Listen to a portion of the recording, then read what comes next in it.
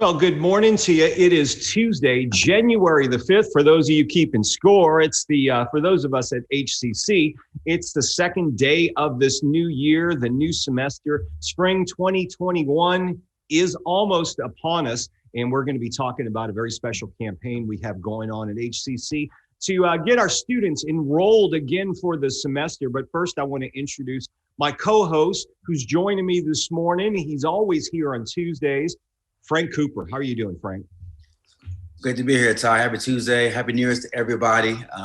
It's great to be here, man. Can't wait to see what exciting things we have going on for the college and what great programs we have going on for all the students, staff, and faculty members coming up for 2021. So, new year, but nothing has changed. We're all still on YouTube.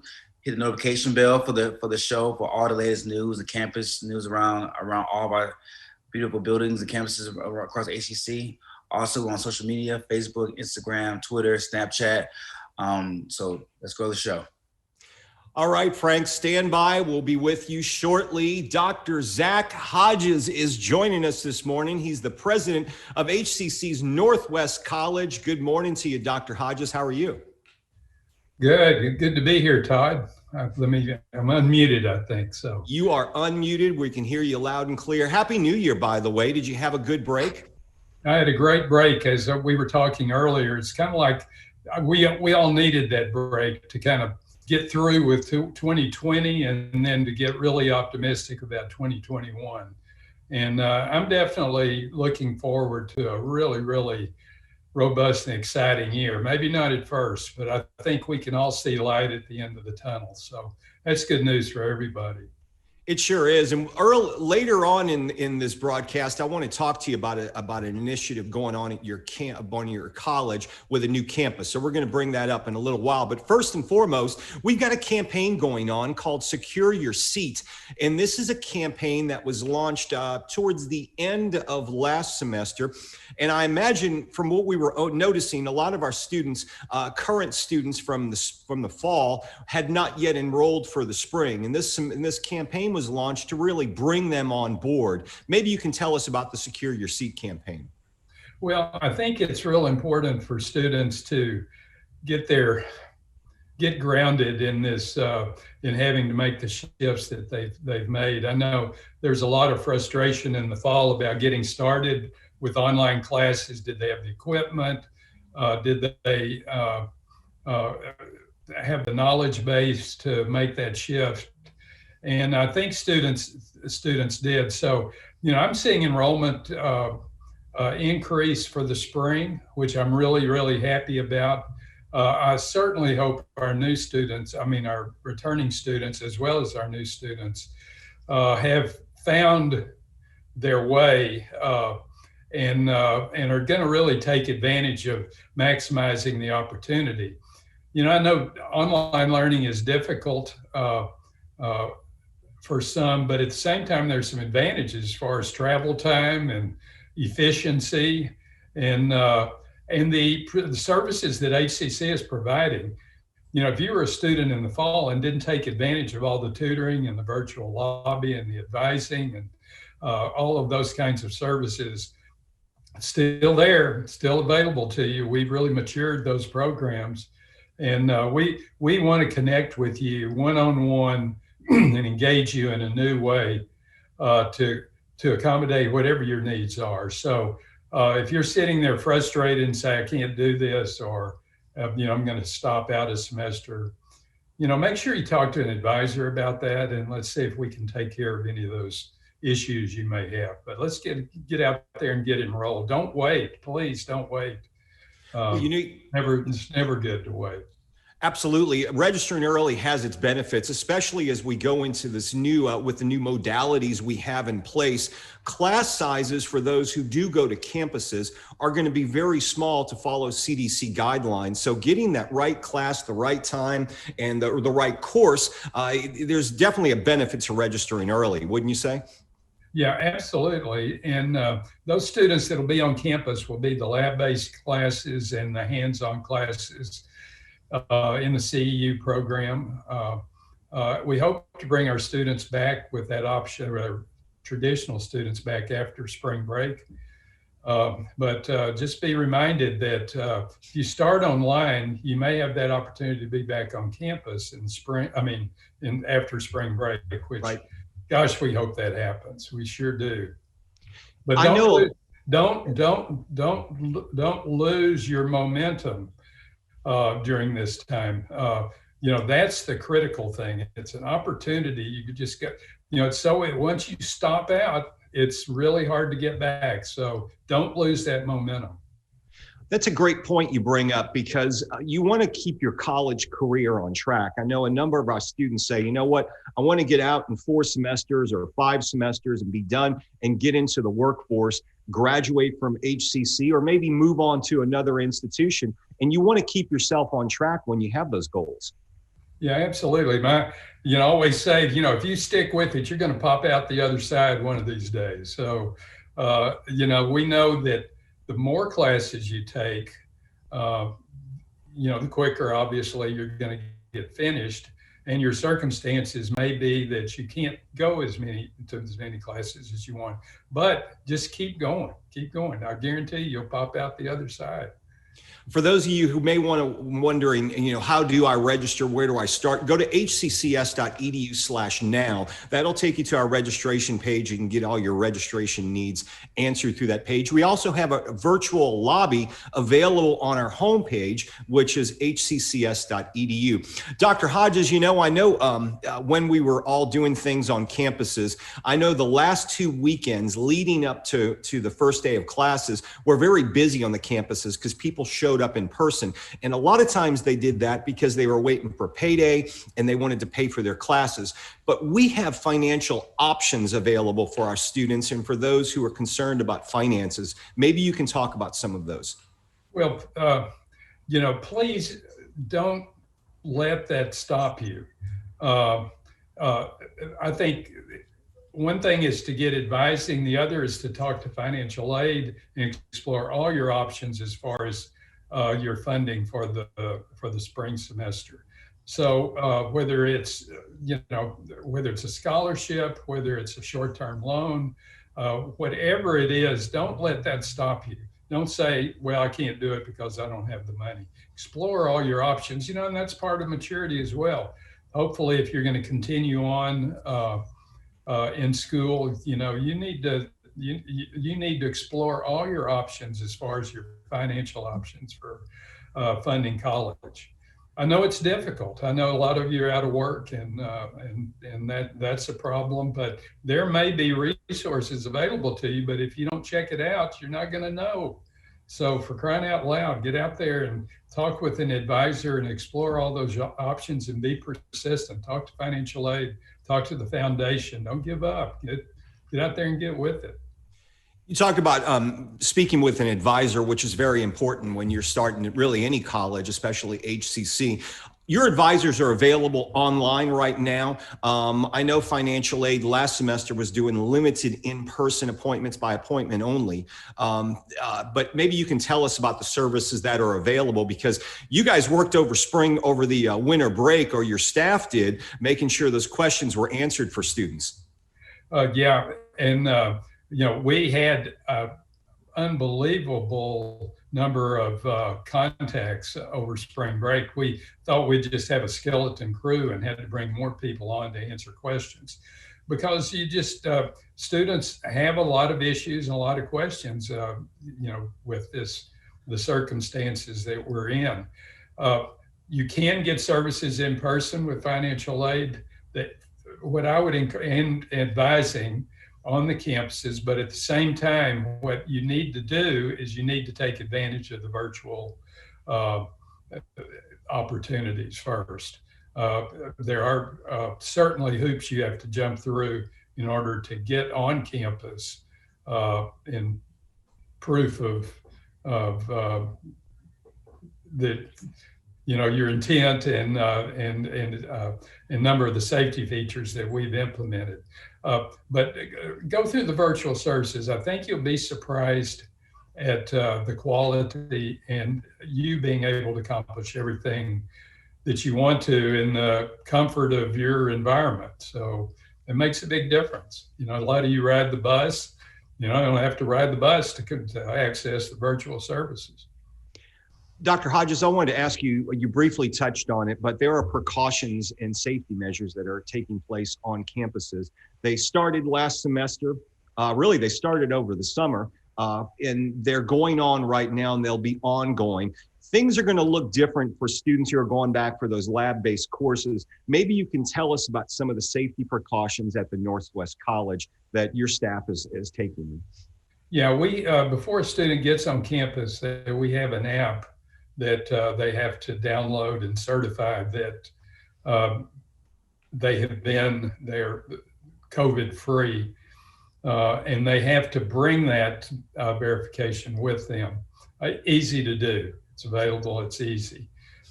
Then once they get to campus, we're going to check temperature and we're going to check them in. And we want to know why they want to be there and what they want to accomplish. So there will be a check-in at the front door, and that's for everyone's safety. And then we want to, if there is a problem, then we want to be able to let you know that there was a problem. And so we want safety first. You know, that's right. Safety and security first. So that's if it's a little bit of an inconvenience, it's for a good cause. It's to keep you safe and faculty and staff safe, and other students as well. And finally, Dr. Hodges, I wanted to ask you about some activity going on at your college, because we're looking at a new campus that's going to be opening up in the next few years. Tell us about some of the construction plans and developments that have been going on. We are moving dirt out at our new Katy campus. It's at Colonial Parkway and the Beltway, not the Beltway, the Grand Parkway, across from the University of Houston, Katy. And University of Houston, Katy will not do the first 2 years. HCC will do the first 2 years through joint enrollment through our engineering program or enrollment at the University of Houston, Victoria. Clear pathway of starting Katy, finishing Katy. First 2 years, HCC. We are so excited about that new campus. It's moving up. Now, we're about, I would say, 1/10 of a mile north of I-10 at 99, the Grand Parkway, huge growth area. We will be moving our current Katy campus to that location. We expect it to be finished by the end of the year. That's December 31st, 2021.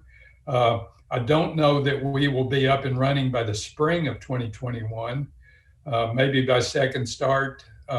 But it's going to be a quick project. It's going to be outstanding. It's going to be hands-on, active learning opportunities for students. Today's students learn in a different way, and it's going to address those needs. Faculty are going to teach in a different way. We're going to accept that learning occurs everywhere all the time. It's better to work in teams and show us what you've learned rather than take a final exam. So we're real excited about this new concept. U of H is a great partner for us. So it'll be an easy way, easy pathway, streamlined pathway to a 4-year degree for students in far west Harris County, Waller County, Fort Bend County, North Fort Bend County, about 15-mile radius of I-10 and the Grand Parkway. Real excited about that opportunity. We're moving dirt. You have some exciting things going on at the Northwest College. Always great to hear about another partnership with my alma mater. Go Cougs, U of H. Hey. All right, Dr. Hodges, thanks for joining us this morning, and best of luck heading into next semester. And we look forward to seeing you in person soon. You bet. It's all going to be good. All going to be better. Thanks, Todd. Thanks, Dr. Hodges.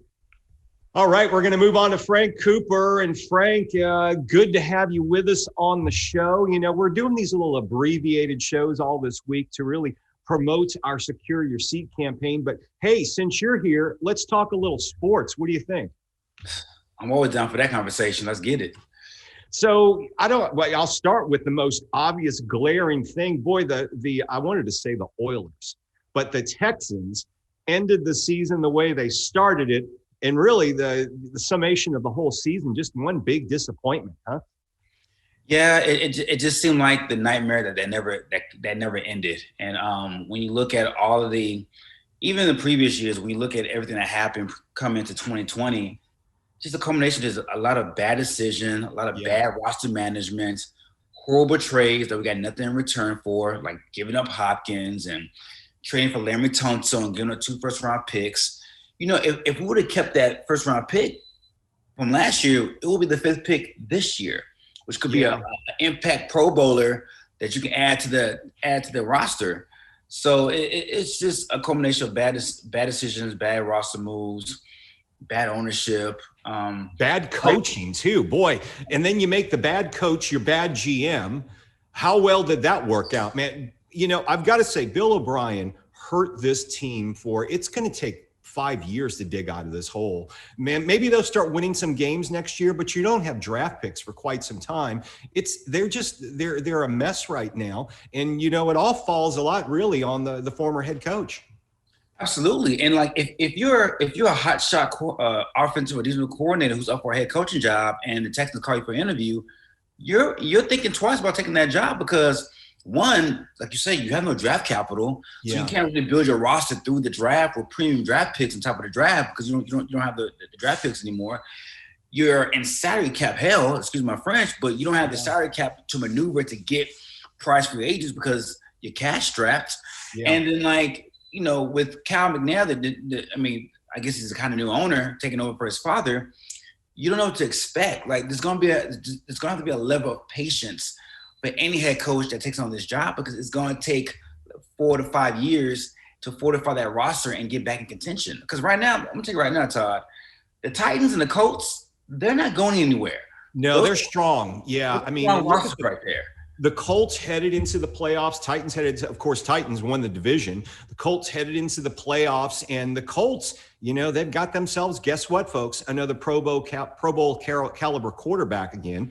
And the Titans got a backup that nobody really wanted, turned him into a superstar. So look how that's worked out. And the Texans have a superstar quarterback who, believe it or not, led the NFL in passing yards and rushing this year, had an incredible year. But, he was throwing from behind most of his time this year. Absolutely. And I tell you this, and I hate to make Texans fans feel worse, but the regular season ended Sunday evening. If you're waking up Monday morning, if you're a Jacksonville Jaguar fan, you feel a lot better about your future because that number 1 pick that you have, you're going to turn to Trevor Lawrence. And then I've been hearing reports about the Jaguars going out to Urban Meyer.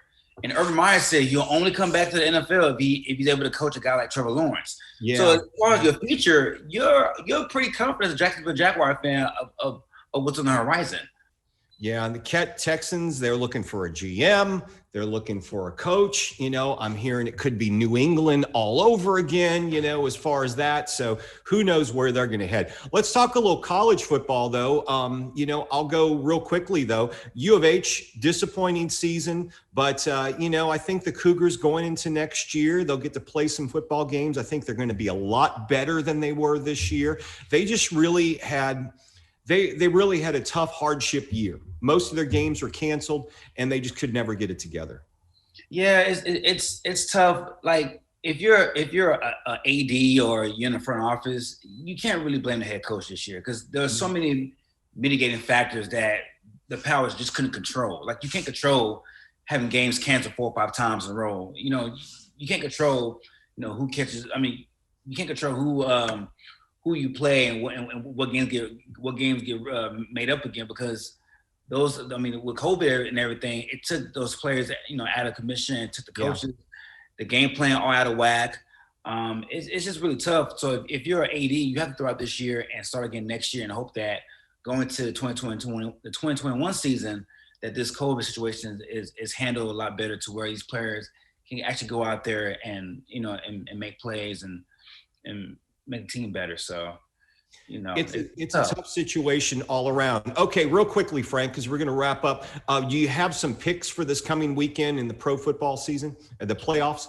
I do. I have Buffalo beating the Colts. Yeah. My upset pick of the weekend, I have Cleveland beating Pittsburgh. Wow. I think Pittsburgh is on a downward spiral. Ben Roethlisberger's arms look shot. I don't know if he's fully healthy. They can't run the football. Cleveland Browns, even though they finished the season 0-2, but they played well in those games. And then with COVID, with Jarvis Landry and those guys being out, Baker Mayfield didn't have his starting complement of weapons. So those guys will be ready this Saturday, and I think they're going to get the upset. So, okay, I'm going to go, my two picks were kind of the opposite of yours.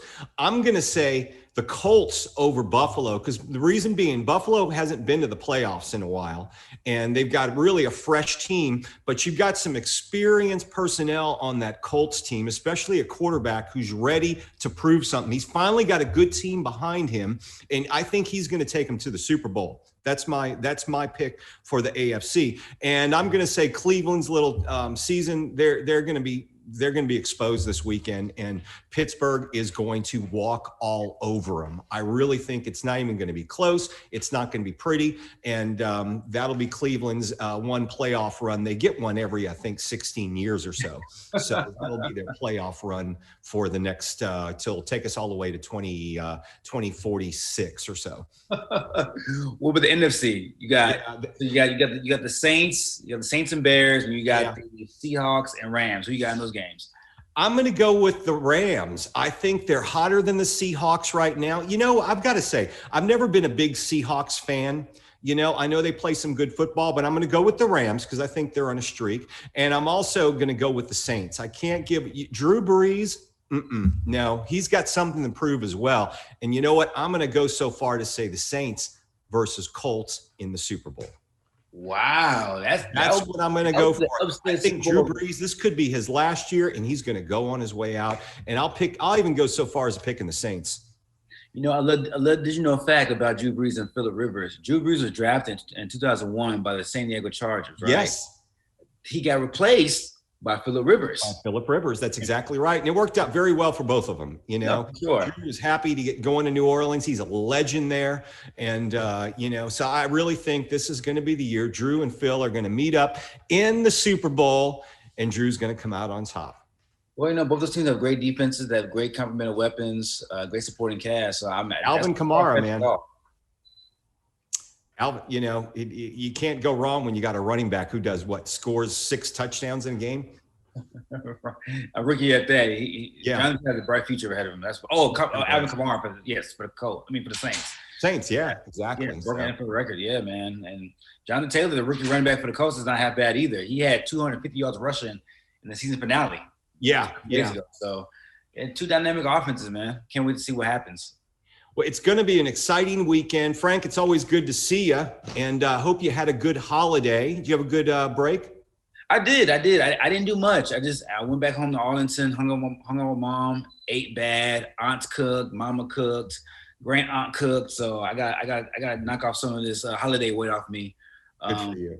Before Valentine's Day. So good for you, man. Well, have a good, safe week. Possibly we'll see you at the end of the week. Thanks for being here, Frank.